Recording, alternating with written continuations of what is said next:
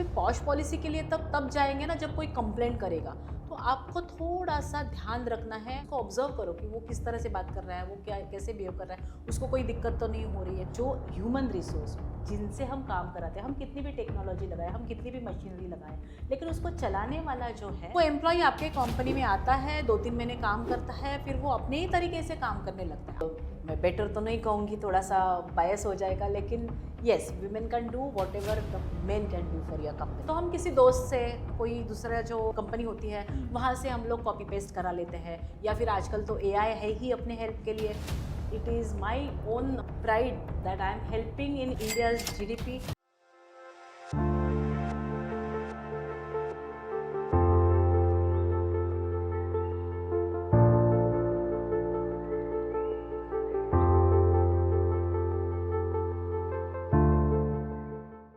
नमस्कार दोस्तों, और आपका स्वागत है MDMF के चौथे एपिसोड में। आज हमारे साथ है one of the experts in the field of human resource. इनका 30 साल से भी ज़्यादा का अनुभव है ह्यूमन रिसोर्स की फील्ड में। वो सब कुछ जानते हैं HR के बारे में, कैसे हायर करें, क्यों हायर करें, कंपनी में किसे हायर करें। ऐसे बहुत सारे प्रश्नों का जवाब आज हमें मिलने वाला है। और अगर आप एक कंपनी चला रहे हो तो हमें किसको हायर करना चाहिए या किसको नहीं करना चाहिए, या हमारे पॉलिसीज कैसे बनाने चाहिए, या HR पॉलिसी होते क्या है, ऐसे बहुत सारे सवालों के जवाब आज हम जानने वाले हैं मिसेस नैना नाइक मैडम से, जो नया लक्ष्य HR मैनेजमेंट सर्विसेज की CEO भी है। नमस्कार मैडम। नमस्कार, बहुत बहुत धन्यवाद, आपने हमें इस शो में बुलाया।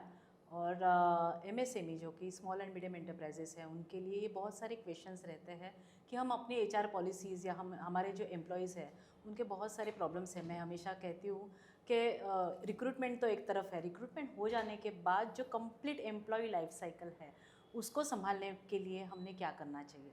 तो ये आपने बहुत ही अच्छा उपक्रम शुरू किया है, तो धन्यवाद आपको। Thank you and welcome to the show once again. और मैं आपको आज पूछना चाहता हूँ ऐसे बहुत सारे सवाल जो मेरे दर्शकों को, जो मेरे प्यारे दर्शक हैं, जिनको बिजनेस करना है या जो ऑलरेडी बिजनेस के फील्ड में है और उनको ह्यूमन रिसोर्स का मतलब जानना है और कैसे अपने कंपनी को नेक्स्ट लेवल वो लेके जा सकते हैं। ये सब डिस्कशन आज हम करने वाले हैं। सवाल शुरू करने से पहले आप अपने कंपनी के बारे में, कैसे आपका जर्नी रहा। आप एक पहले HR थे, HR से आप HR मैनेजर बन गए, और फिर ये एक बेहतरीन ज़बरदस्त कंपनी आपने बनाई जिसका नाम है नया लक्ष्य HR मैनेजमेंट सर्विसेज। उस ये जर्नी के बारे में थोड़ा बहुत इन्फॉर्मेशन मेरे दर्शकों को बताइए। जी बिल्कुल। सो ह्यूमन रिसोर्स डेवलपमेंट में लास्ट 30 ईयर्स से मैं काम कर रही हूँ। 2013 तक मैंने जॉब किया। MNC और लिमिटेड कंपनीज़ में मैं जॉब कर रही थी। मेरा लास्ट जॉब जो था वहाँ पर मैं हेड HR थी।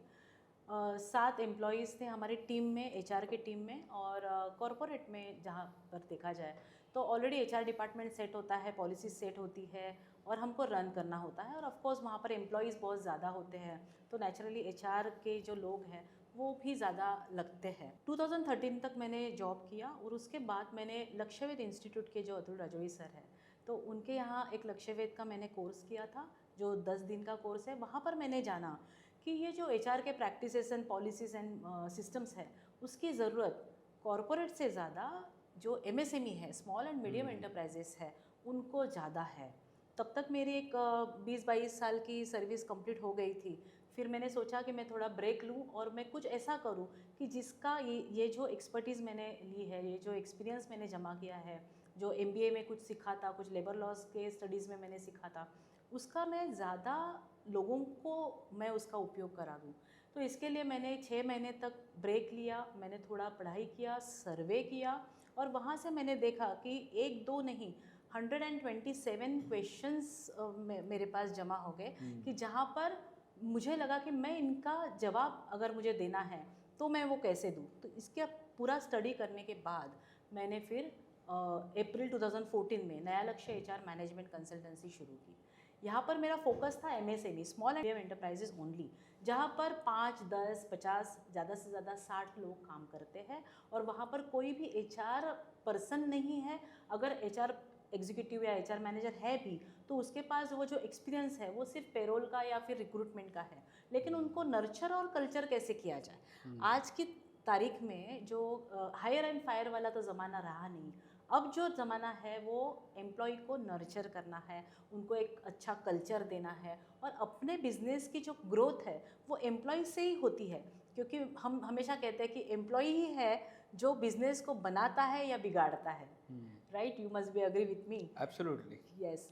सो इसीलिए ये जो अपना एक मेन रिसोर्स है, जो ह्यूमन रिसोर्स जिनसे हम काम कराते हैं, हम कितनी भी टेक्नोलॉजी लगाए, हम कितनी भी मशीनरी लगाए, लेकिन उसको चलाने वाला जो है वो एम्प्लॉई है। फिर वो चाहे आपका लेबर हो या चाहे आपका एग्जीक्यूटिव हो या मिडल मैनेजमेंट हो, तो उसके साथ हमने क्या चीज़ें करनी चाहिए या क्या होना है, इसकी शायद हम बातें आगे करने वाले हैं। तो इसको मैंने लिया और पिछले 12 साल में मुझे बहुत अच्छा उसका रिस्पांस भी मिला। और मैं आपको बताऊं, जब मैं जॉब कर रही थी कॉरपोरेट में तो बहुत अच्छी सैलरीज मिलती है, उसका कोई प्रॉब्लम ही नहीं था, लेकिन जो जॉब सेटिस्फेक्शन मुझे पिछले 12 साल में मिला है वो मुझे पिछले 22 साल में नहीं मिला था। So I am very happy doing this job and I am very happy working with small enterprises and I feel it is my own pride that I am helping in India's GDP, because ultimately these small enterprises who are helping big organizations, and ultimately we are helping people to grow in their businesses. Absolutely absolutely, बहुत ही ज़बरदस्त introduction आपका हुआ ma'am. Thank you. Directly मुद्दे पे आते हैं। मुझे बताओ, आपने अभी इंट्रोडक्शन में एक चीज़ बताई, HR पॉलिसी मैनुअल। इसे हम बोलते हैं कि कंपनी की बाइबल भी बोल सकते हैं, राइट? Right. सो HR पॉलिसी मैनुअल, क्या ये स्टार्टअप्स कंपनी बनाते हैं, या फिर अगर वो बनाते हैं तो उसमें क्या मिस्टेक्स करते हैं, या उन पॉलिसीज़ को कैसे बना सकते हैं हम? इसके बारे में हमारे दर्शकों को ज़रा मार्गदर्शन कीजिएगा। ज़रूर। सो HR पॉलिसी मैनुअल्स पहले तो होती क्या है? It's a handbook. जैसे हम कोई एक सेल्स मैगजीन बनाते हैं, सेल्स कैटलॉग बनाते हैं, हम जो कस्टमर्स के लिए सेल्स कैटलॉग बनाते हैं, तो वो सेल्स कैटलॉग में हम हमारी कंपनी कितनी अच्छी है, हमारी कंपनी कितने साल से है, हमारा विजन क्या है, हम आगे क्या करने वाले हैं, हमारे पास क्या प्रोडक्ट्स एंड सर्विसेज आपके लिए है, ये सब लिखते हैं। क्यों? क्योंकि हमको उनको अट्रैक्ट करना है हमारे प्रोडक्ट्स एंड सर्विसेज लेने के लिए, राइट? अब जब हम एक HR पॉलिसी बनाते हैं तो हम हमेशा कहते हैं कि एम्प्लॉय जो है वो अपना इंटरनल कस्टमर है। क्यों वो इंटरनल कस्टमर है? क्योंकि वो अच्छी तरह काम करेगा तो आगे चल के हम अपना प्रोडक्ट या सर्विसेज बेहतर बना सकते हैं अपने ग्राहकों के लिए, राइट? तो ये जो इंटरनल कस्टमर है, दैट इज़ एम्प्लॉय जो है, अपने उन एम्प्लॉय को इसी तरह से हमको एक कैटलॉग बनाना है जहाँ पर हम अपनी कंपनी कैसी है, कितने सालों से काम कर रही है, कौन उसके पिलर्स या डायरेक्टर्स है, अपनी क्या प्रोडक्ट्स एंड सर्विसेज है। क्योंकि नया एम्प्लॉय आपके पास आता है, जो नया एम्प्लॉय है वो आपके बारे में ज़्यादा कुछ जानता नहीं है, तो पहले दिन से ही उसको ट्रेन करना ज़रूरी होता है अपने कंपनी के बारे में सबसे पहले।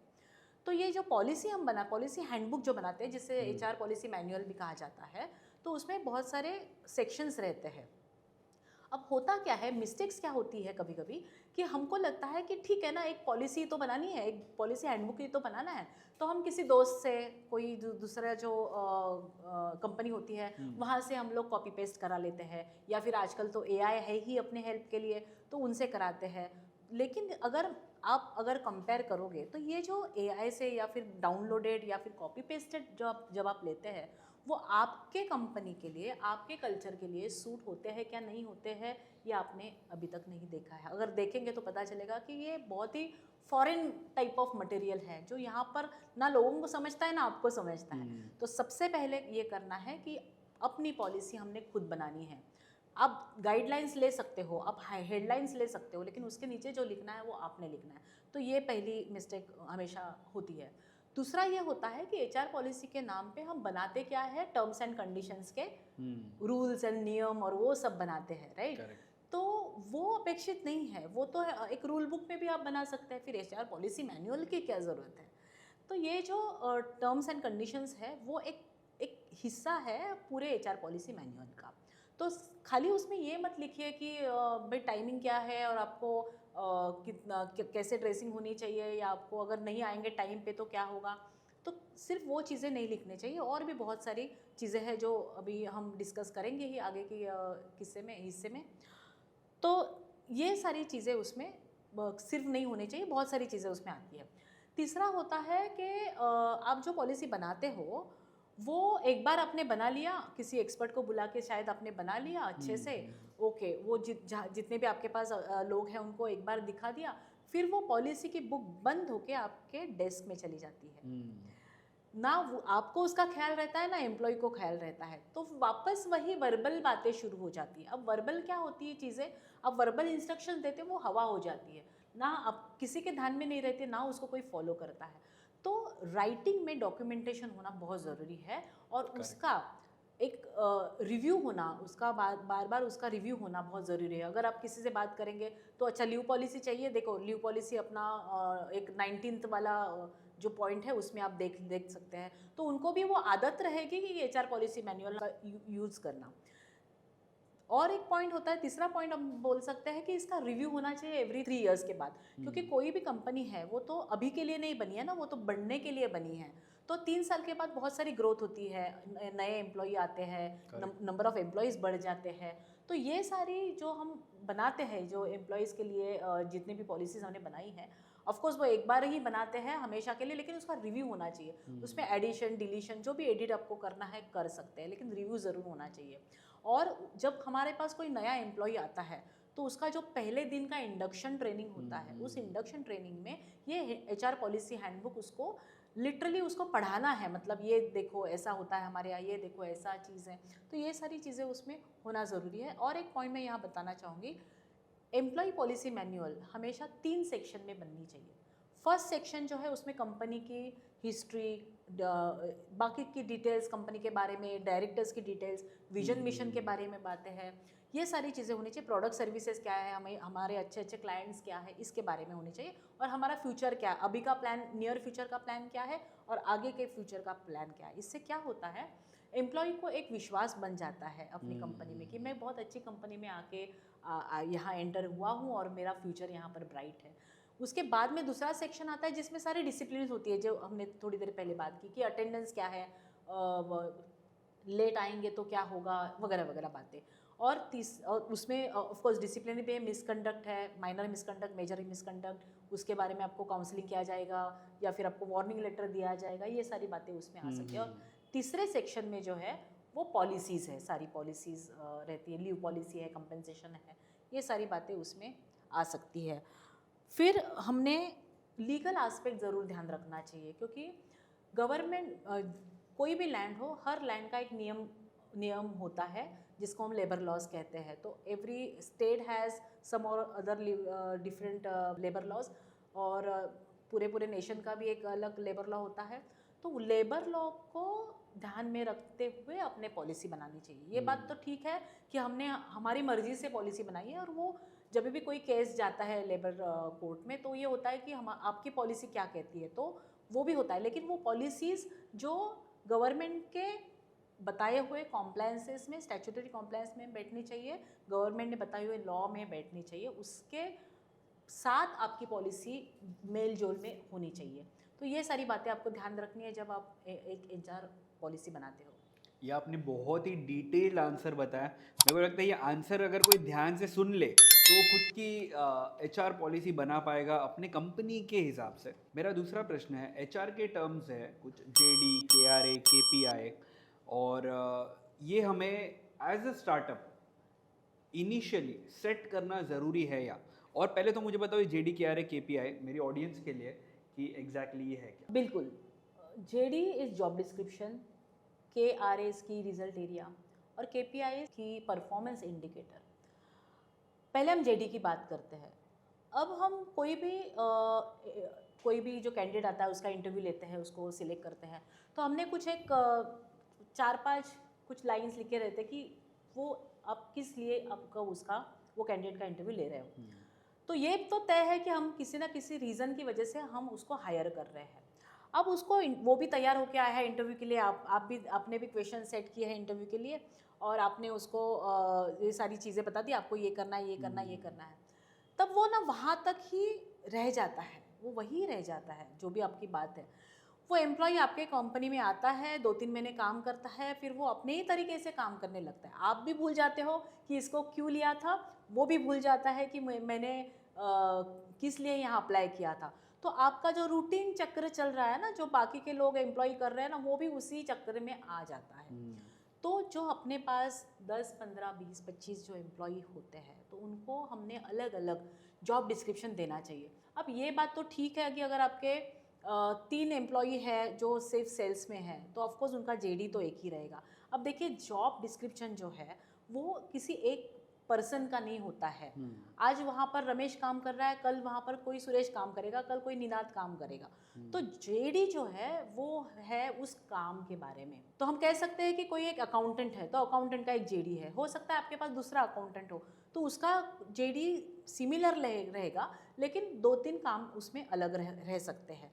तो इस तरह से पहले तो डिफाइन करना है कि हमको कौन सी पोजीशन के लिए जेडी बनाने, तो पोजीशन वाइज जॉब डिस्क्रिप्शन बनता है।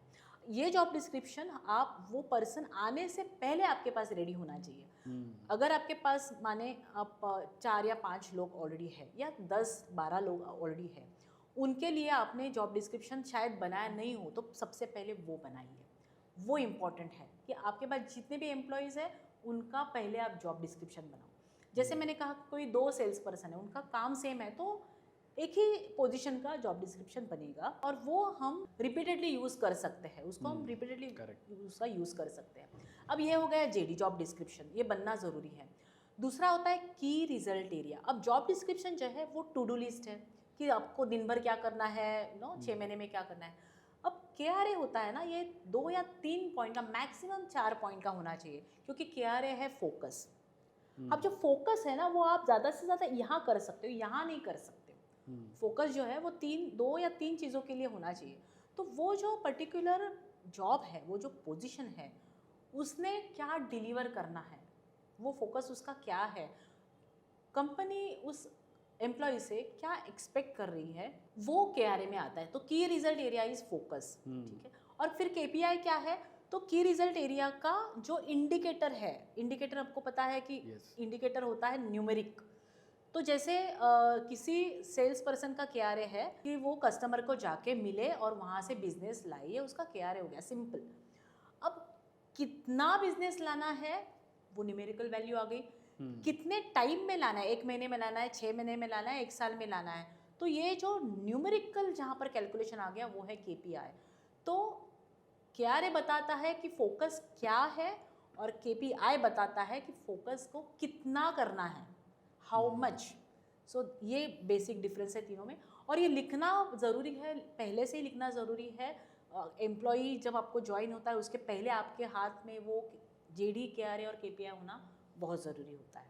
बहुत ही अच्छे से आपने एक्सप्लेन किया कि इन चीज़ों को हम लोग मद्देनज़र रखते हुए हमारे एम्प्लॉयज़ से बेटर काम कैसे कराएं।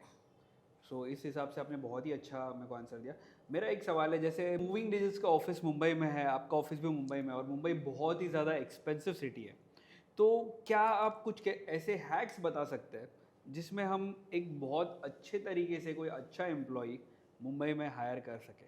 बिल्कुल, बड़ी सिटी में एम्प्लॉय को हम हायर कर सकते हैं, जैसे रिक्रूटमेंट एजेंसीज होती है, आप न्यूज़पेपर में ऐड दे सकते हो, आप आपके वेबसाइट पे डाल सकते हो, लेकिन ये बाकी की जो चीज़ें हैं ना, थोड़ी सी कॉस्टली हो जाती है। और अच्छे लोगों को लाना, अच्छे एम्प्लॉय को लाना एक बार ठीक है, लेकिन उनको बाद में उनको अपने साथ रखना बहुत मुश्किल हो जाता है।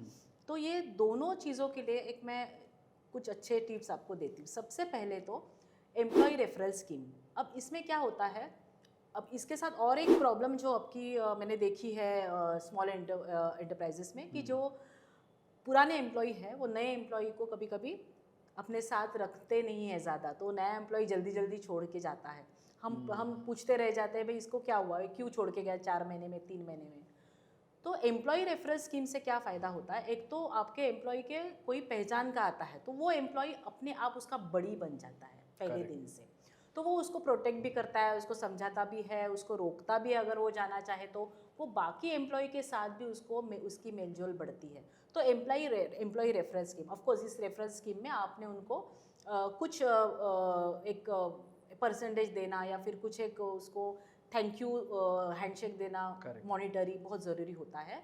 ऑफ कोर्स वो एम्प्लॉई जो उसने लाया है वो 3 महीना अगर आपके पास टिके या 6 महीने टिके, तो आप वो जिसने लाया है उसको आपने रिवॉर्ड देना चाहिए। तो एम्प्लॉय रेफरल स्कीम हो गया। दूसरा होता है कि जैसे मुंबई सिटी है तो वहाँ पर अगर आप साउथ मुंबई में जाएंगे या फिर बांद्रा जैसे एरिया में जाएंगे तो यहाँ पर लोग ना इस्टेब्लिश्ड है, तो उनको थोड़ा सा सैलरी ज़्यादा चाहिए, उनके डिमांड्स बहुत रहते हैं कि इंफ्रास्ट्रक्चर अच्छा चाहिए, हमको ये फैसिलिटी चाहिए, वो फैसिलिटी चाहिए। लेकिन आप थोड़ा सा मुंबई के बाहर जाएंगे, जो भी मुंबई के सराउंडिंग एरियाज़ है, आजकल कम्युनिकेशन का कोई प्रॉब्लम है ही नहीं। जो ट्रेन्स का वगैरह है, जो इंफ्रास्ट्रक्चर बनाई है सरकार ने वो भी अच्छी है कि कहीं से भी कहीं भी कोई आ जा सकता है। अभी मेट्रोज़ है, तो थोड़ा दूर का अगर आप कोई लेंगे एम्प्लॉई तो, और अब जब आप उसका इंटरव्यू लेते हैं तो आपको समझ में आता है कि इसको नौकरी की कितनी ज़रूरत है। तो आप ये ज़रूर देखें कि वो एक तो हॉपर नहीं हो, बहुत सारी जगह उसने जॉब नहीं चेंज किया हो, मतलब वो क्या देख रहा है कि वो सिर्फ सैलरी नहीं देख रहा है, वो स्टेबिलिटी देख रहा है या फिर इनकम देख रहा है या फिर ग्रोथ देख रहा है, ऐसे एम्प्लॉई ले। फिर दूसरा उसमें देखे कि वो थोड़ा सा नीडी हो, मतलब उसके घर की जो भी उसके, ऐसा ज़रूरी नहीं है कि घर की कुछ प्रॉब्लम है इसलिए वो जॉब कर रहा है, लेकिन वो जॉब क्यों कर रहा है, उसको क्यों करना है, ये प्रश्न आप ज़रूर पूछिए और उसके ऊपर भी आप ध्यान रखिए। तो थोड़ा आउटस्कर्ट्स के लोग आप अगर बुलाएंगे या फिर जो आके मुंबई में सेटल होना चाहते हैं, ऐसे लोग अगर आप देखेंगे तो वो आपके कंपैरेटिवली वो आपके पास ज़्यादा देर रह सकते हैं, रिटेन हो सकते हैं। और एक होता है कि जिसको ग्रोथ चाहिए, अपने करियर में ग्रोथ चाहिए, उसको आज ये टैलेंट उसने एक्वायर कर लिया है, यहाँ तक वो पहुँच गया है, अब उसको और क्या चाहिए, उसको और क्या सीखना है, तो आप उसको क्या प्रोवाइड कर सकते हो, ये आपने उसको अगर वो ये आप उसको अगर दिखाए तो वो आपके साथ जुड़ सकता है। अगर आप कॉलेजेस में जाते हैं, जैसे हम इंटर्न्स लेते हैं या फिर अगर हम कॉलेज के जो फ्रेशर्स जो ग्रेजुएट होके बाहर निकलते हैं उनको आप लेना चाहिए, लेकिन इसमें एक गड़बड़ हो सकती है कि वो नए नए एम्प्लॉयज़ हैं, उनको कुछ पता नहीं, आपको उनको ट्रेन करना है। लेकिन यही बात आपके लिए फ़ायदेमंद भी है, क्योंकि आप उनको एक्चुअली कुछ एक ट्रेनिंग देने के लिए कुछ एक जैसे बॉन्ड नहीं कर सकते, आप उनको बांध नहीं रख सकते हैं, क्योंकि वो गवर्नमेंट के लेबर लॉज के हिसाब से वो गलत है, वो आप नहीं कर सकते। लेकिन आप उनको ट्रेनिंग देके उनको वो 2 साल का ट्रेनिंग के हिसाब से आप उनका जो अपॉइंटमेंट लेटर बना सकते हैं कि 2 साल हम आपको ये ट्रेनिंग देने वाले हैं और आप हमको इसके लिए नहीं छोड़ के जा सकते क्योंकि ये ट्रेनिंग आपको पूरा करना है। तो they are more enthusiastic than the other people जिनके पास एक्सपीरियंस है, और आपको वो कम सैलरी में भी मिल जाते हैं। तो एक है रेफरल स्कीम, दूसरा है आप बाहर के जो आउटस्कर्ट्स है मुंबई के, उनसे आप एम्प्लॉय बुला सकते हो। जिनको ज़रूरत है, जिनको जॉब की बहुत ज़रूरत है, उनको आप ले सकते हो। जिनको करियर ग्रोथ चाहिए, ऐसे लोगों को आप बुला सकते हो। और फिफ्थ इज़ आप फ्रेशर्स को ले सकते हो, इंटर्न्स को ले सकते हो। बहुत ही बढ़िया टिप्स आपने मैम हमको दिए हैं आज। मुझे एक और सवाल पूछना है आपसे कि हम लोग एम्प्लॉयज़ को तो ले रहे हैं, बट आजकल एम्प्लॉय रिटेंशन ये बहुत ही डिफ़िकल्ट हो गया है। तो क्या कुछ आप टिप्स दे सकते हो जिससे हम अपने एम्प्लॉयज़ को रिटेन बहुत अच्छे से कर सकें? बिल्कुल। अब इसमें क्या होता है कि जब हम किसी भी एम्प्लॉय को हायर करते हैं तो नेचुरली कोई भी जो आता है वो मॉनिटरी आपसे निगोशिएशन करके वो आ जाता है। लेकिन आने के बाद आप उनको जो एक कल्चर देते हो, एक एटमॉस्फेयर देते हो, इंफ्रास्ट्रक्चर आपका कैसा है, इस पे भी निर्भर होता है कि एम्प्लॉय आपके पास कितने दिन, कितने साल आपके पास रुकेगा। तो उसको थोड़ा सा मॉनिटरी एक एक हो गया कि आपने उसको बहुत अच्छी सैलरी देके बुलाया। चलो, बहुत अच्छी सैलरी आप उसको ऑफर नहीं कर पा रहे हो अभी, लेकिन क्या वो 6 महीने आपके पास काम करने के बाद आप उसको ज़्यादा देंगे? क्योंकि monetary is really important. Correct. दूसरा, उसको करियर ग्रोथ पाथ दिखाना। मतलब एक तो आपने उसको दिखा दिया कि आप 6 महीने के बाद या 1 साल के बाद हमारे पास इंक्रीमेंट साइकिल होते हैं, आपने अच्छा परफॉर्म किया तो हम देंगे, ये एक हो गया, और वो आपको ने करना भी है, सिर्फ बोलना नहीं है। दूसरा, आप उसको बता सकते हैं करियर ग्रोथ, यहाँ आके आपको क्या सीखने मिलने वाला है। जो आपने उसका रेज्यूमे आपके सामने है, उसने आज तक जो भी काम किया है उससे भी बेटर आपको यहाँ पर करियर ग्रोथ कैसे होगा, आप क्या क्या चीज़ें सीखने वाले हो। करेक्ट। तीसरा होता है कि अगर किसी की समस्या है, कोई बहुत दूर रहता है या फिर ऐसे है, तो उसको आप वर्क फ्रॉम होम की फैसिलिटी दे सकते हो। जैसे अभी थोड़ी देर पहले हमने बात की, आजकल communication is very easy and reporting is also very easy. तो अगर उसके जॉब का नेचर कभी ऐसा है कि अब वो घर में बैठ के भी काम कर सकता है, तो वो आप दे सकते हो कि उसको ट्रांसपोर्टेशन की या फिर ट्रैवलिंग की ज़्यादा दिक्कत ना हो, तो ये भी कर सकते हैं। फोर्थ होता है जो इंफ्रास्ट्रक्चर आप उसको अच्छा दो, उसको जो फैसिलिटीज़ चाहिए, जैसे आपने उसको लैपटॉप तो दे दिया लेकिन उसमें कुछ ना कुछ कमियां हैं तो वो फास्ट काम नहीं कर सकता, या फिर टेक्नोलॉजी उतनी अपग्रेडेड आपके पास नहीं है, इसके लिए वो परेशान हो रहा है, तो वो आप उसकी दिक्कतें कम कीजिए।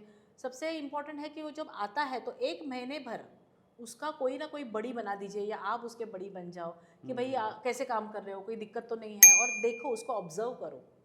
ये बहुत इंपॉर्टेंट है। नया एम्प्लॉय जब आता है उसको ऑब्जर्व करो कि वो किस तरह से बात कर रहा है, वो क्या कैसे बिहेव कर रहा है, उसको कोई दिक्कत तो नहीं हो रही है। तो इस पे आपको पता चल जाएगा कि उसको हमने क्या चीज़ें देनी चाहिए, तो उसको भी लगेगा कि आई बिलोंग हियर, मेरी केयर की जा रही है, ये भी उसको लगेगा।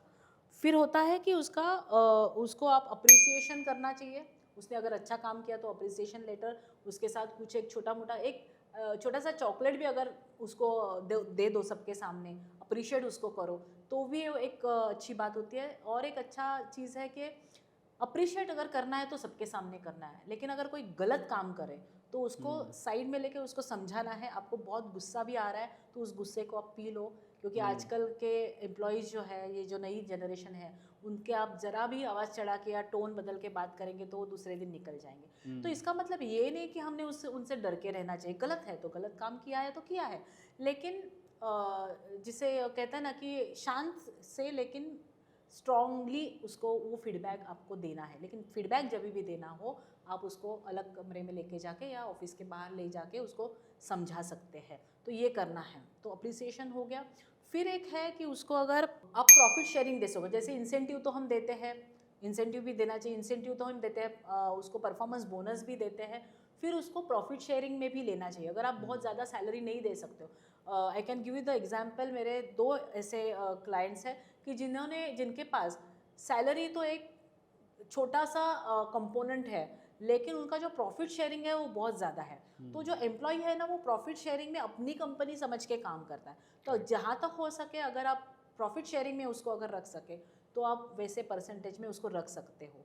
तो ये कुछ टिप्स है जहाँ पर आप अदर देन मॉनिटरी बेनिफिट आप उसको दे सकते हो। हाँ, और एक तो ज़रूर करना चाहिए कि उसका आप पर्सनली ख्याल रखें। मतलब ये नहीं है कि आप उसको रोज़ बैठ के उसके साथ लंच करें, लेकिन एटलीस्ट अगर आपको पता है कि उसकी मम्मी बीमार थी, उसके लिए उसने 3 दिन की छुट्टी ली थी, तो वो जब वापस जॉब पे आता है तो उसको आप ज़रूर पूछना चाहिए कि नाउ उनकी तबीयत कैसी है, तो इस तरह से आप उसका मेल थोड़ा सा ध्यान रखना चाहिए। क्योंकि again this is human resource, ये कोई मशीनरी या फाइनेंस नहीं है जो आपको रिसोर्स हो के आपको बिजनेस में मदद कर रहा है। ये ह्यूमन रिसोर्स है। Human works on their own वो साइकोलॉजी वो वर्क करती है उनके लिए। Correct. तो साइकोलॉजिकली उनके साथ कनेक्ट हो जाइए। सबसे पहले तो ये ह्यूमन है तो उसको ह्यूमन के जैसा व्यवहार करें, और बायस नहीं हुए कि आपके ऑलरेडी जो लोग हैं उनके साथ आप कुछ और व्यवहार कर रहे हो, इसके साथ कुछ और व्यवहार कर रहे हो,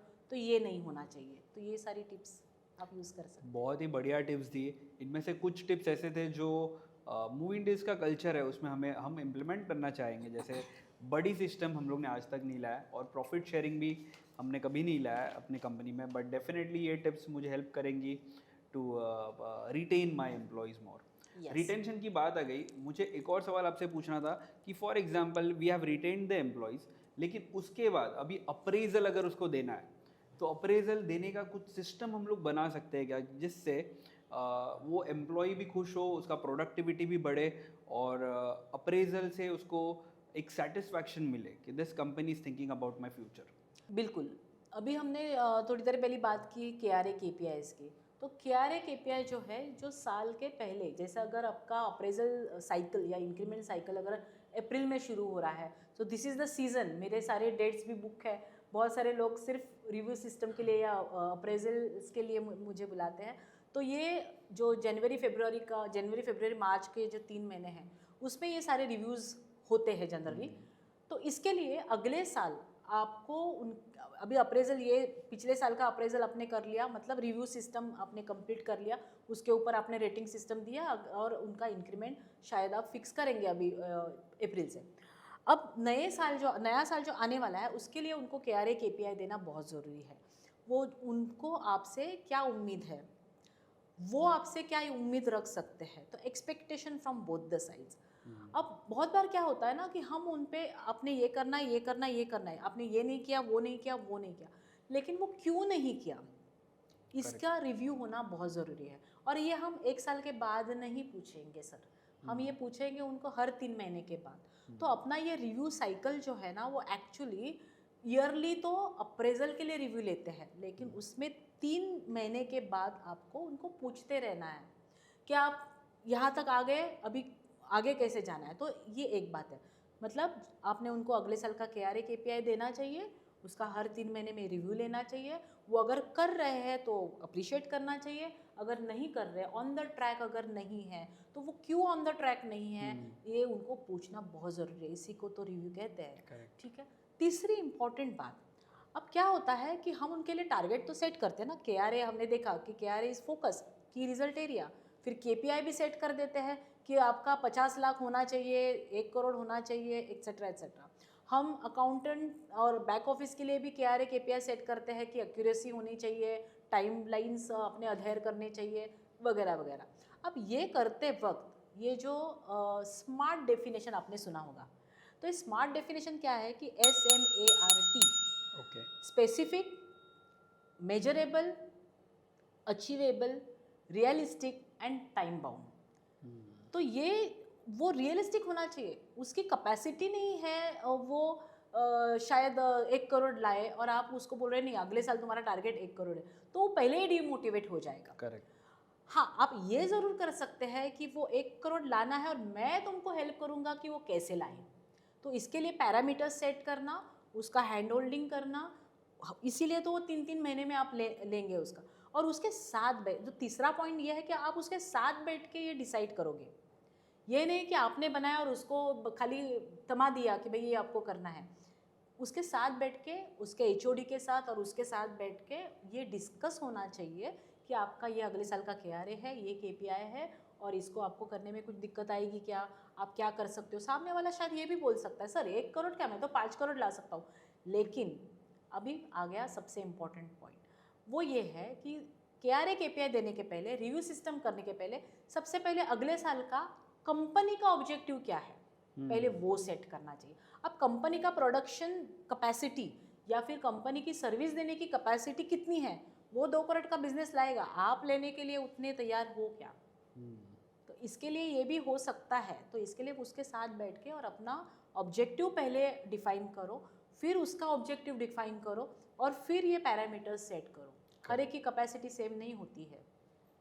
बहुत ही बढ़िया जवाब आपने दिया मैम। सो हम लोग ने अप्रेजल सिस्टम सेट कर लिया है। उसके बाद मुझे एक और सवाल आपसे पूछना था मैम कि ह्यूमन रिसोर्स में ट्रेनिंग्स का क्या महत्व है। जैसे हमारे जो एम्प्लॉयज़ रहते हैं उनको हम कौन से कोर्स कराने चाहिए, कौन से टाइप की ट्रेनिंग देनी चाहिए और उनका ROI कैसे मेजर करना चाहिए जब हम उनको ट्रेनिंग देते हैं। This a very interesting question by the way, क्योंकि लोग ना ट्रेनिंग के नाम से ही बहुत खुश हो जाते हैं, चलो ये ट्रेनिंग है वो ट्रेनिंग है। कुछ लोग होते हैं वो नाराज़ होते हैं, क्या ट्रेनिंग ट्रेनिंग हमेशा करना है, पता है हमको क्या काम करना है। So training is important of course. जैसे हमने अभी भी देखा performance review system, performance review में जब हम सामने सामने बैठते हैं एम्प्लॉय के, तो बहुत सारी चीज़ें हमारे सामने आ जाती है।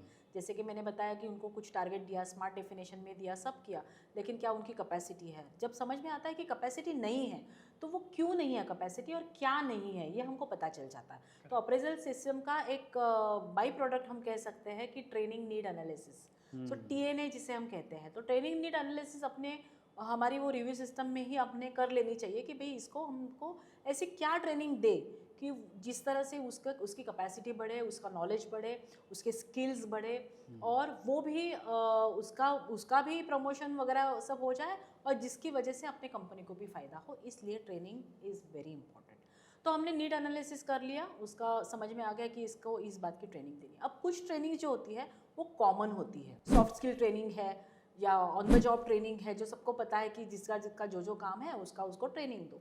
अब कुछ ट्रेनिंग होती है वो इन हाउस होती है, जैसे हमारे CEO होते हैं, CEO होते हैं, या फिर ऐसे लोग होते हैं जो कंपनी में पिछले 15 साल से काम कर रहे हैं, तो वो उनको अगर अपनी बाकी की टीम को अगर ट्रेनिंग दे तो उसको इन हाउस ट्रेनिंग बोलते हैं। जब हम किसी बाहर के किसी अच्छे ट्रेनर को बुलाते हैं कि जो उस पर्टिकुलर सब्जेक्ट का मास्टर हो या एक्सपर्ट हो, तो उसको अगर हम अपने ऑफिस में बुलाते हैं और उससे ट्रेनिंग करवाते हैं तो उसको भी इन हाउस ट्रेनिंग कहा जा सकता है।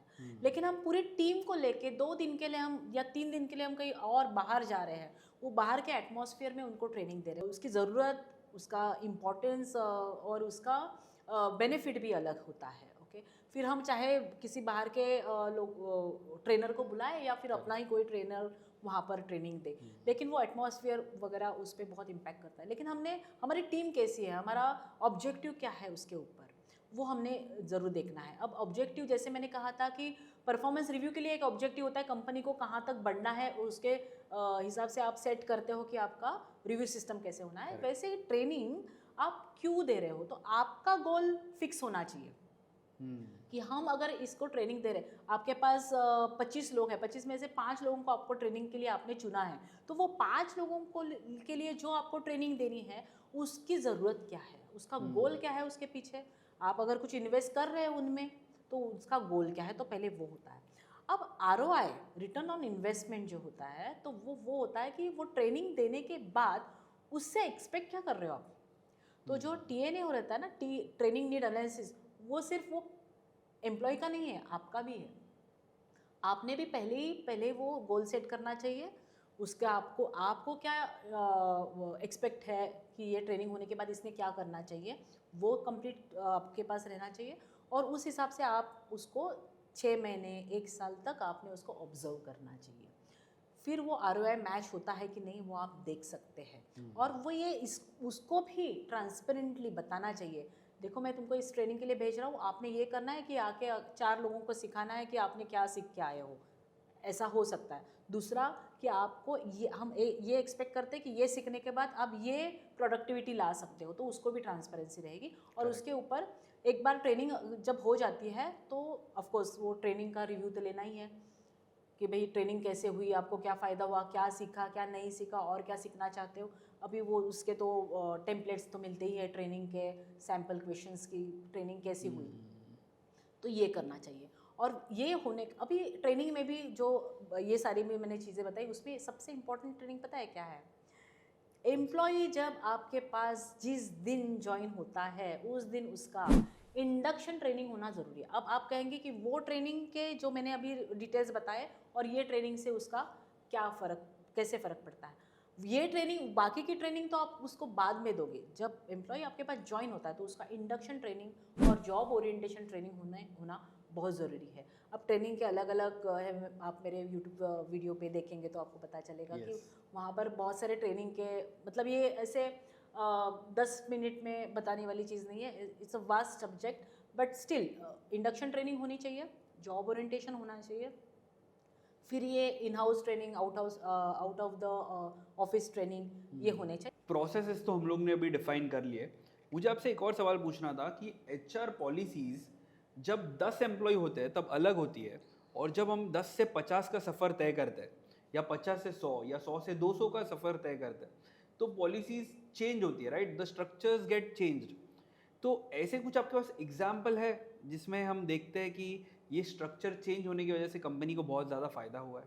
हाँ ज़रूर। पहले तो हम ये जो आपने 3 जो पॉइंटर्स यूज़ किए, एक तो HR पॉलिसी, दूसरे HR सिस्टम, तीसरा HR स्ट्रक्चर, और चौथा भी होता है HR स्ट्रैटेजी। ओके, अब ये चारों के ना मीनिंग अलग अलग है। जैसे HR policy is the handbook manual, जिसमें आप आपके टर्म्स एंड कंडीशन रखते हो, कंपनी की सारी जो भी चीज़ें हैं वो कंपनी के बारे में जो भी आपको है वो इन्फॉर्मेशन रखते हो, और पॉलिसीज़ रखते हो, तो वो अलग बात है। अब ये जो पॉलिसीज़ है ना, आप ये मैं दर्शकों को भी कहना चाहूँगी कि आप अगर नोट कर सके तो ज़रूर नोट कर लीजिए, ये चारों चीज़ें अलग है। HR policy is different, system is different, structure is different and strategy is different. तो HR पॉलिसी में जो है ये सारी पॉलिसी हमने बना दी, terms and condition, disciplinary etcetera, तो वो है ना, वो सालों साल चलती है वो, क्योंकि वो आपका कल्चर भी रिफ्लेक्ट करती है। HR policy manual is very very important document. वो आपका कल्चर रिफ्लेक्ट करती है कि आप आपके एम्प्लॉयज़ को कैसे रखना चाहते हो, जैसे उनको क्या, किस तरह से आपको उनको आपके कंपनी के साथ जुड़े रहना है, कोड ऑफ कंडक्ट क्या है वगैरह। उसमें सिर्फ 3 साल के बाद, जैसे मैंने पहले बताया, 3 साल के बाद उसका रिव्यू करना है और उसको अपडेट एंड अपग्रेड करते रहना चाहिए। दूसरा होता है कि एचआर के सिस्टम्स कि एसओपीज होते हैं कि किस तरह से आप रन करोगे, कोई भी बिजनेस कैसे रन होता है, एचआर के रिक्रूटमेंट की क्या प्रोसेस है, pre recruitment, recruitment, post recruitment, joining में भी pre joining, joining, post joining, कोई एग्जिट हो रहा है तो उसकी सेपरेशन जो प्रोसेस है, तो ये सारी प्रोसेसेस होगी। इवन परफॉर्मेंस रिव्यू की प्रोसेसेस होगी। तो ये होता है एक प्रोसेसेस एंड सिस्टम्स। फिर आता है मैं स्ट्रक्चर के बारे में लास्ट बात करूँगी क्योंकि वो मेन क्वेश्चन है आपका Yes. सर। तो उसके तो तीसरा होता है स्ट्रैटेजी। एचआर स्ट्रैटेजीज में क्या आता है कि आपको जैसे मैन पावर प्लानिंग हो गया, तो मैन पावर प्लानिंग आप कैसे करेंगे, अभी इससे वो स्ट्रक्चर जुड़ा हुआ है। तो आपके पास अगर जिसे हम एप्पल कार्ड बोलते हैं ना, मतलब अपना एम्प्लॉय की स्ट्रेंथ, तो ये एम्प्लॉय जो आपके पास है कितने हैं, 25 है, 50 है, 60 है, ओके। तो इसको आप सेग्रीगेट कैसे करते हो, क्लासिफिकेशन क्या है उनका, कौन से डिपार्टमेंट में कितने लोग हैं, यू नो। तो उस तरह से एक स्ट्रैटेजी बनती है एचआर की कि इस तरह से हमको काम करना है, कौन से डिपार्टमेंट को हम पे ज़्यादा फोकस देना है। मतलब ये कहा जाता है ना कि कुछ होते हैं कॉस्ट सेंटर्स, कुछ होते हैं रिव्यू सेंटर, रेवेन्यू सेंटर्स। तो रेवेन्यू सेंटर्स कौन होते हैं, आपके जो सेल्स एंड मार्केटिंग वाले वो रेवेन्यू सेंटर्स होते हैं, क्योंकि वो ultimately you know they bring in the money. And जो कॉस्ट सेंटर्स होते हैं वो बैक ऑफिस है, एचआर है, लीगल है, और परचेस वगैरह हो गया। अब प्रोडक्शन डिपार्टमेंट जो है वो थोड़ा यहाँ थोड़ा वहाँ हो सकता है, रेवेन्यू और कॉस्ट। तो इस तरह से उनको कैसे उनको मैनेज करना है ना, ये सब स्ट्रैटेजीज में आता है। किसको प्रमोशन देना है, किसको वगैरह। अब बात करते हैं स्ट्रक्चर की। तो ये जो मैन पावर प्लानिंग हम स्ट्रैटेजीज में बनाते हैं कि अगर हमने एक और स्ट्रक्चर का डायरेक्टली कनेक्शन है ऑर्गेनाइजेशन स्ट्रक्चर से। जो आपका ऑर्गेनाइजेशन स्ट्रक्चर है, जो ट्री स्ट्रक्चर होता है, डायरेक्टर के नीचे सारे सीओज के नीचे जो भी है VP, then GM, then managers, senior managers, sales assistant managers, no, senior executive. तो ये जो पूरा ट्री होता है, आपके पास अगेन 5 लोग हो या 50 लोग हो, सबसे पहले आपने एक वो ऑर्गेनाइजेशन चार्ट बनाना बहुत ज़रूरी है। एंड आई एम 100% श्योर, जब वो आप लिखोगे पहली बार तो ज़रूर आपको लगेगा अरे यहाँ एक वैकेंट जगह है, अरे यहाँ एक वैकेंट जगह है, अरे मुझे ना और एक सेल्स पर्सन चाहिए क्योंकि मेरा वेस्टर्न तो कवर हो गया लेकिन ईस्ट साइड में कोई नहीं है। तो वहाँ पर एक कोई होना चाहिए। मैंने ये वर्टिकल तो क्लियर कर लिया है लेकिन मैं ना ये वर्टिकल भी कर सकता हूँ, क्योंकि हर बिजनेस में 2-3 वर्टिकल्स तो अपने आप बन ही जाते हैं। तो ये वर्टिकल को संभालने वाला मुझे कोई चाहिए। तो ये स्ट्रैटेजी में जब आप मैन पावर प्लानिंग करते हो तो उसमें ये आपको दिखाई देना शुरू हो जाता है। लेकिन उसके लिए सबसे पहले अपने आपका organisation chart current and future दोनों बना के रखना बहुत ज़रूरी है। तो ये स्ट्रक्चर बन गया आपका। आपने सबके पोजीशंस लिख दिए। देखिए पहले तो पोजीशंस लिखने हैं, नाम तो बाद में आते हैं। जैसे मैंने बताया कि आज मेरे पास अकाउंटेंट एक शर्वरी करके है, अब कल मेरी अकाउंटेंट शायद स्वाति करके आ सकती है। तो वो जो बॉक्स बना है ना आपके ऑर्गेनाइजेशन चार्ट में, उसमें अकाउंटेंट करके ही आएगा और अभी करंट में वहाँ पर शर्वरी का नाम आएगा। अगर शर्वरी दूसरे डिपार्टमेंट में शिफ्ट होती है या ट्रांसफ़र होती है वगैरह, तो वहाँ पर जो अभी कोई आएगा तो नहीं है तो वैकेंट लिखना है, लेकिन वो पोजीशन तो वहाँ आपको दिखानी ही दिखानी है। तो ये हो गया स्ट्रक्चर। अब इसमें और आप क्या देखेंगे, जब कोई भी एक ऑर्गेनाइजेशन स्ट्रक्चर का आप अगर पिक्चर देखेंगे तो उसमें वो पिक्चर में आपको वो फोटो में दिखेगा कि ऐसे एरोज है।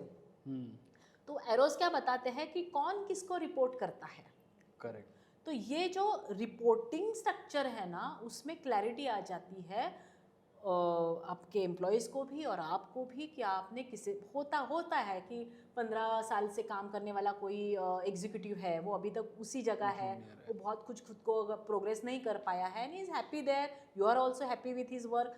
लेकिन वो आपका उसका थोड़ा सा पुराना पहचान है ना आपकी उनकी, तो वो पुरानी पहचान से आपके पास आ सकता है, वो सर देखो ना ऐसे नहीं हुआ, ये नहीं हुआ, वो नहीं हुआ। तो आपको उसको सुन के हाँ करना है। और एक काम करो, आप है ना वो कुमार को बताओ, अभी कुमार उसका इमीडिएट रिपोर्टिंग बॉस है। अब उसको आप ये नहीं बोल सकते कि नहीं नहीं तुम्हारा रिपोर्टिंग बॉस है उसको बोलो, आप उसको वैसा मत करो।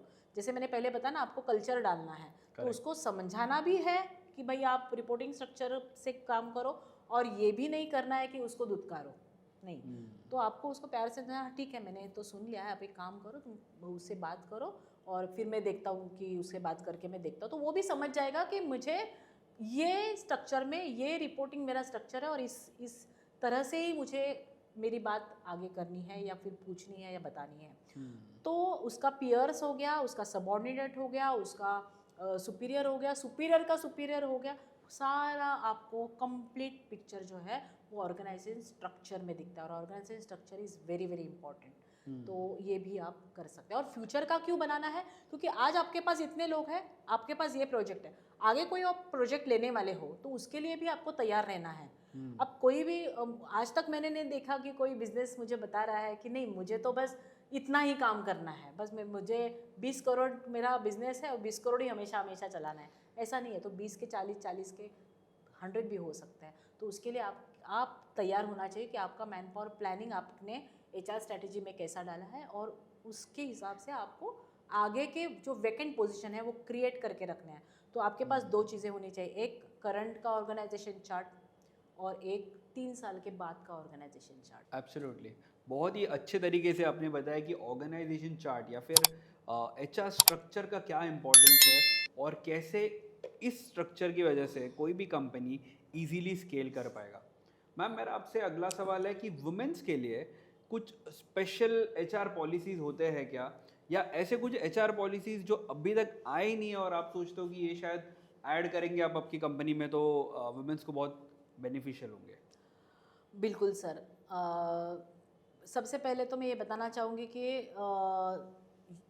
Women are equivalent to man, they can do, मैं बेटर तो नहीं कहूँगी, थोड़ा सा बायस हो जाएगा, लेकिन yes women can do whatever the men can do for your company.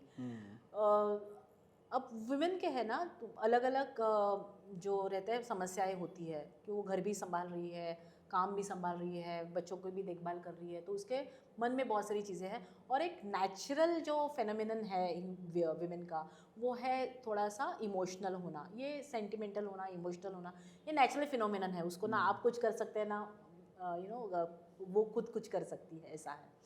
लेकिन हाँ वो she is dedicated to everything. आप अगर उसको जॉब पे रखते हैं तो बहुत अच्छा काम करती है। इन इंडिया सरकार ने तो पॉश पॉलिसी बना के जैसे बहुत ही अच्छा काम किया है विमेन के लिए। अदर देन पॉश पॉलिसी आप क्या कर सकते हो, मतलब पॉश पॉलिसी तो कंपलसरी है ही, उसको आपके कंपनी में आपको इंट्रोड्यूस तो करना ही है। उसके अलावा आप क्या कर सकते हो, एक अच्छा इंफ्रास्ट्रक्चर उसको देना ज़रूरी है, क्योंकि जैसे वॉशरूम, लेडीज़ वॉशरूम अलग होना ज़रूरी है। जो नेचुरल कोई चीज़ें लेडीज़ के लिए होती है वो आपकी कंपनी में ने उसको देना ज़रूरी है।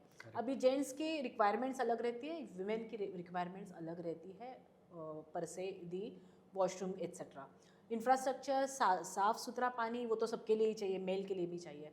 विमेन के लिए थोड़ा सा उसको समझना, जैसे उसके कोई इमोशनल अप्स एंड डाउन्स होते हैं, घर में कुछ हुआ है, बच्चों के साथ कुछ हुआ है, तो अगर वो कहीं थोड़ा सा ऑफ द ट्रैक लगे तो उसको आपने बाकी लोगों की तरह डांटना नहीं चाहिए, भाई क्यों हो रहा है, क्या नहीं हो रहा है। अब आप, मैं समझती हूँ आप बोलेंगे कि अगर आप इक्वालिटी बोलते हैं तो ये आप बात कैसे कर सकते हैं, लेकिन जो नेचर ने उसको जो डिफरेंस दिया है उस लिए, इसलिए उनका ये मैंने देखा है कि बहुत सारी, अभी मैंने अप्रॉक्सीमेटली 12 सालों में ये जो मैं MSME के साथ काम कर रही हूँ, तो मैंने आज तक मेरे अप्रॉक्सीमेटली 184 MSME के साथ मैं काम कर चुकी हूँ।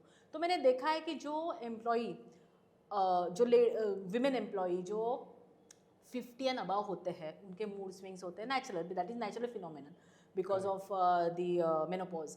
तो उस वक्त है ना उनको संभालना बहुत ज़रूरी है। उन्होंने आपकी कंपनी को कुछ एक 4 या 5 साल दिए हैं, अगर नई भी कोई एम्प्लॉई है तो आप भी तो समझ के वही ही उसको ले रहे हो। तो ये एम्प्लॉय जो विमेन एम्प्लॉय है उसको आपने थोड़ा सा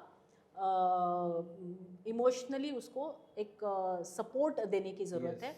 उसका काम जो है, उसका काम करने के तरीक़ों को समझने की ज़रूरत है, और उसको ठीक से, मतलब अगर उससे बात करके ही, काउंसिल करके ही उससे बात करनी है।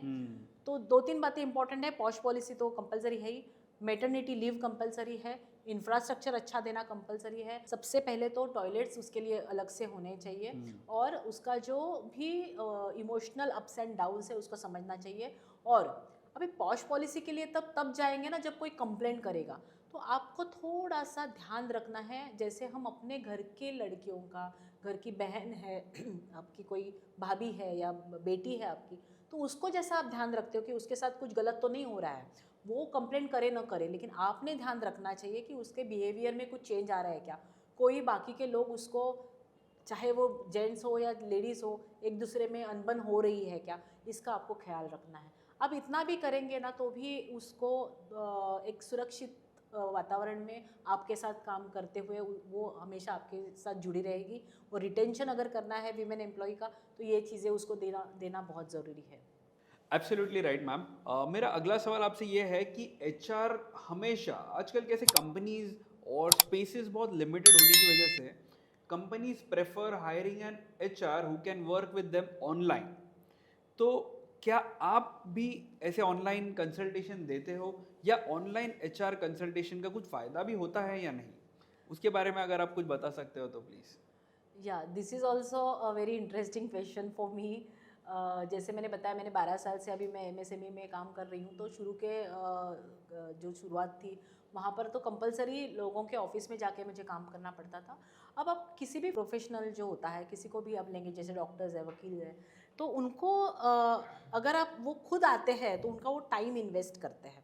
एक्सपर्टीज़ तो है ही, तो एक्सपर्टीज़ होती है, टाइम इन्वेस्ट होता है। जब आपके पास आके बैठते तो बाकी के सब चीज़ें ब्लॉक हो जाती है ना, फिर आपके काम में आपको उसका ध्यान रहता है। जब वो आपके कंपनी में आके काम करती है, आप ऑफलाइन आप बोल सकते हैं, तो naturally the cost goes up, time goes up, आपका भी टाइम जाता है, उसका भी टाइम जाता है, तो और वो ज़रूरी भी है, उसके बेनिफिट्स ऑफ कोर्स बहुत अच्छे हैं। तो प्रोज एंड कॉन्स दोनों चीज़ों के हैं। तो जो अगर मैं किसी के ऑफिस में जाके काम करूं तो उसके जो फ़ायदे हैं वो बहुत अच्छे हैं, लेकिन थोड़ा कॉस्ट नेचुरली ज़्यादा है क्योंकि उसमें टाइम भी इन्वेस्ट होता है। करेक्ट। जब आप अभी I am on boarded for 7 companies की, मैं वहाँ पर उन्होंने मुझे पूरा का पूरा एचआर आउटसोर्स किया है, तो मैं उनके साथ सिर्फ ऑनलाइन ही काम करती हूँ, तो मेरा टाइम ज़्यादा नहीं जाता है। जब टू द पॉइंट होता है तभी जाता है, बाकी का बैक ऑफिस में मेरा सब डॉक्यूमेंटेशन का काम बनता है। सैलरी का वक्त आता है तो स्टैट्यूटरी के लिए मुझे वो मेरा गाइडेंस लेते हैं। कोई भी प्रॉब्लम आती है, कोई छोड़ के जा रहा है या फिर कुछ न्यूसेंस हो गया, तो ही मुझे वहाँ पर जाके उनको मिलना है। तो इसकी वजह से ना, क्योंकि टाइम बचता है, कॉस्ट सेव होता है। Now we are business people, we know that time is money. So in our concept time is money, तो टाइम जहाँ पर इन्वेस्ट हो गया तो वहाँ पर अमाउंट भी आ गया। अब सिर्फ कंसल्टेशन देना है वो तो ऑनलाइन भी दे सकते हैं, और वो कोई हर रोज़ की ट्रेनिंग नहीं है, वो रूटीन में एक बार आपने डाल दिया, पहले आपने पॉलिसी सेट कर लिए, ऑर्गेनाइजेशन चार्ट सेट कर लिया, जेडी केआरए केपीआई बना लिया, ट्रेनिंग का सब टीएनए कर लिया, ट्रेनिंग स्टार्ट कर दिया, तो अभी एचआर का वहाँ पर खुद जाके खड़े होना इतना ज़रूरी नहीं होता है, until and unless you are hiring some new cadre.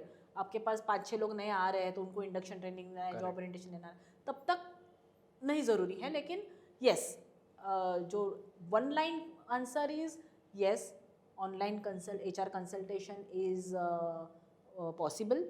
Online HR consultation is cost wise really very less, and it is really beneficial. बहुत ही अच्छे से आपने एक्सप्लेन किया मैम। मेरा एक और सवाल आपसे ये है कि आजकल के एक ट्रेंड आ गया है, आजकल मीम भी बनते हैं एचआरस पे कि एचआरस को कुछ ज़्यादा काम नहीं होता, सिर्फ रंगोली बनाते हैं। तो क्या आप मुझे कुछ ऐसा एग्जांपल दे सकते हो कि during your journey as an HR आपने कोई प्रॉब्लम फेस किया कंपनी में और बिकॉज ऑफ द एचआर वो प्रॉब्लम बहुत ही स्मूथली सॉल्व हुआ हो? ऐसा कुछ आप बता सकते हो, आपका एक्सपीरियंस? बहुत सारे एक्सपीरियंसेस है, मतलब मैं अगर बताने बैठूँ तो पता नहीं और कितने घंटे लगेंगे। तो उसमें से कुछ मुझे याद है, जैसे मैंने बताया कि हमने सबसे पहले तो एम्प्लॉय रिलेटेड प्रॉब्लम हो ही ना, क्रिएट ही ना हो, इसके लिए तो ही, इसीलिए तो वो एचआर पॉलिसी मैनुअल होता है कि उसमें हमने सारे टर्म्स एंड कंडीशन बता दिए। भाई आप, मुझे पता नहीं, मेरे बहुत सारे मेरे क्लाइंट्स हैं, वो मुझे पता नहीं, वो आप एचआर मैडम से पूछ लो। उसका मतलब ये है ना कि वो क्या है ना, एम्प्लॉयर जो होता है उसको बिजनेस ग्रो करने के लिए खुला छोड़ दो। उसके माइंड को आप एचआर के या फिर एचआर एंड एडमिन भी होते हैं, तो उसके कामों में उसका माइंड, उसकी जो टाइम है वो इन्वेस्ट नहीं करना है कि भाई ये एचआर रिलेटेड काम है, और आप एचआर मैडम से पूछ लो, वो बताएंगे। अच्छा ये एचआर का नंबर है, आप उनको बात करो। तो ये बहुत बार हुआ है कि कुछ ना कुछ कॉन्फ्लिक्ट हुए हैं और वो डायरेक्टली एम्प्लॉयर के ऊपर आया है। तो एम्प्लॉयर इमीडिएटली हाथ ऊपर कर सकता है, भाई ये पॉलिसी है। जैसे मैं हमेशा एग्जांपल देती हूँ, अगर आप लोकल ट्रेन से जाते हो तो घाई घाई में हो, आपने टिकट नहीं निकाला तो भी एक बार चल जाता है, जब तक टीसी आपको नहीं पकड़े तो आपको कोई चार्ज नहीं लगने वाला। तो ये लोकल में चलेगा, लेकिन मेट्रो में नहीं चलेगा, वो तो ओपन ही नहीं होगा गेट, क्योंकि वो सिस्टम है ना। तो एक हो गया पॉलिसीज, दूसरे हो गया सिस्टम्स। ये आपको लगाना वहाँ ज़रूरी है। और ये मैंने बहुत सारी कंपनियों में देखा है कि मतलब एक छोटे छोटे कंपनी जिनके 5 स्टोर है, शॉप्स है, अब उनके यहाँ एचआर कैसे काम करता है। अभी वहाँ पर क्या था, कोई कभी भी आता था, कभी भी जाता था, बायोमेट्रिक नहीं था, दुकान का शॉप जब ओपन होता है उसके बाद लोग आते थे, और बहुत सारी दिक्कतें उनको फेस करनी पड़ रही थी। अब जैसे ही हमने कुछ सिस्टम लगाया, सबसे पहले तो बायोमेट्रिक, तो अटेंडेंस का रिकॉर्ड सीधे सीधे आने लगा कि कौन कितने बजे आता है, कितने बजे जाता है।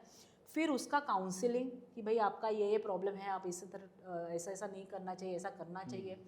तो उसकी वजह से अभी ऐसा हो रहा है ना कि शॉप ओपन करने से पहले एम्प्लॉय आके वहाँ खड़े हैं। करेक्ट। तो ये एक बहुत बड़ा फ़ायदा उनको हुआ टाइम पे, क्योंकि बहुत सारे लोगों को है ना, क्योंकि शॉप्स क्यों है, क्योंकि शॉप में कुछ चीज़ें स्टोर की जाती है। वो जो स्टोर बनाया किस लिए है, तो लोगों के लिए, कि वो आके वहाँ से सामान ले जाए।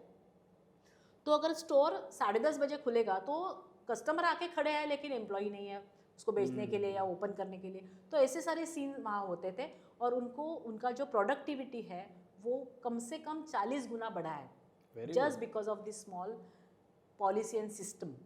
ओके, दूसरा एक एग्जांपल मैं देना चाहूँगी कि लेबर, वो बोलते हैं कि हमारे यहाँ लेबर बहुत है ना, लेबर से काम होता है। तो लेकिन लेबर को चलाता कौन है, सुपरवाइजर चलाते हैं। अब सुपरवाइजर कहाँ होते हैं, साइट पे होते हैं। अब साइट पे आपका कोई कंट्रोल नहीं है, राइट। तो आप या तो वीडियो से बात करते हो, या फिर उन्होंने मैसेज में व्हाट्सएप में डाल दिया कि हाँ मैं आके यहाँ खड़ा हूँ, लेकिन वो साइट सुपरवाइजर वहाँ करता क्या है। तो ये जो मिडल मैनेजमेंट जो है ना, वो मिडल मैनेजमेंट को आपको थोड़ा सा स्ट्रिक्ट होना चाहिए, क्योंकि लेबर जो है, लेबर तो आते जाते रहते हैं, वो कॉन्ट्रैक्ट पे रहते हैं, उनको चलाने वाली जो बीच की लाइन है ना, मिडिल मैनेजमेंट। मैं तो आपको एक फ्री में आज टिप दे ही दूँ, एचआर की सारी प्रैक्टिसेस जो है, सारे टर्म्स एंड कंडीशंस ना, ये मिडिल मैनेजमेंट जो रहता है ना, उनके लिए आप एकदम स्ट्रिक्ट कर लो। एक तो वो पढ़े लिखे रहते हैं, वो समझते हैं क्या है क्या नहीं है, और वो होशियार भी रहते हैं कि इसको बगल कैसे दे। उनको थोड़ा आप टाइट करेंगे, उनके साथ आप थोड़ा प्यार से भी पेश आएंगे, उनको थोड़ा आप नर्चर एंड कल्चर करेंगे, उनको रिटेन करेंगे, तो आपकी कंपनी का ग्रोथ तो निश्चित है। एब्सोल्युटली, बहुत ही अच्छे से आपने एक्सप्लेन किया। सो आज हमें एचआर रिलेटेड बहुत ही सारे इंपॉर्टेंट चीज़ों का इंफॉर्मेशन मिसेस नैना नाइक, मतलब नया लक्ष्य एचआर मैनेजमेंट के फाउंडर ने दिया है। और इस वजह से तुम्हारे बिजनेस में क्या ग्रोथ होगी, ये मुझे कमेंट्स में ज़रूर बताना। और अगर आपको आपकी कंपनी के लिए एचआर पॉलिसीज डिज़ाइन करने हैं, या फिर एचआर रिलेटेड कोई भी कंसल्टेशन की ज़रूरत है, तो नैना मैम का नंबर मैं डिस्क्रिप्शन बॉक्स में दे दूंगा, तो आप डायरेक्टली उनको कॉल कर सकते हो। You can fix an appointment and you can call her for a meeting and grow your company. MDMF के साथ बने रहने के लिए सब्सक्राइब ज़रूर करें हमारे चैनल को, और stay tuned for more such amazing stalwarts from the industry. Thank you, नमस्कार, आई सी यू नेक्स्ट टाइम।